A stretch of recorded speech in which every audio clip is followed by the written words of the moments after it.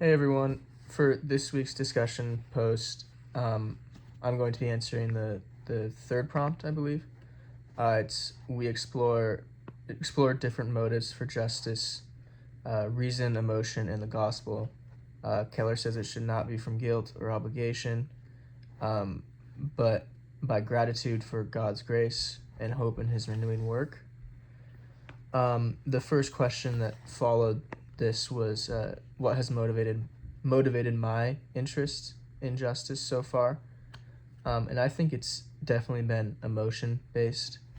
I think that just seeing things, at least the most places I've seen the most like want for justice in my life has been through emotional things I've seen, especially online. You see something that is kind of heart wrenching a little bit, and it makes you want justice for that situation. And I think that has most of the time in my life up until now come from just emotion. And the second part of this is how might grounding your pursuit for justice in the gospel change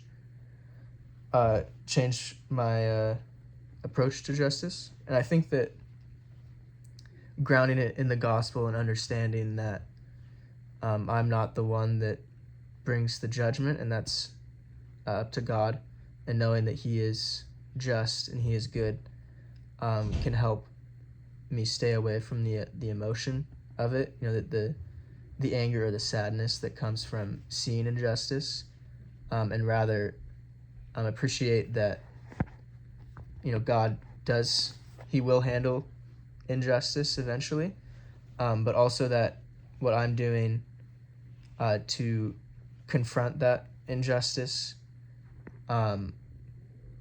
isn't necessarily the only time that injustice will be considered, knowing that whatever I do, God will also have that punishment in mind, or have a punishment in mind for that injustice, knowing that He kind of has my back, can take off a lot of that emotion and allow me to reason through things and understand that it is God's place to judge and punish and not mine necessarily. And what practices might help me sustain this approach? I think just taking time after seeing injustice, not necessarily like weeks or months, but taking a couple seconds and realizing, like, trying to distance myself from those emotions that I can experience immediately after seeing the injustice, and understanding at least approaching it with more of a focus on the gospel rather than my own emotions.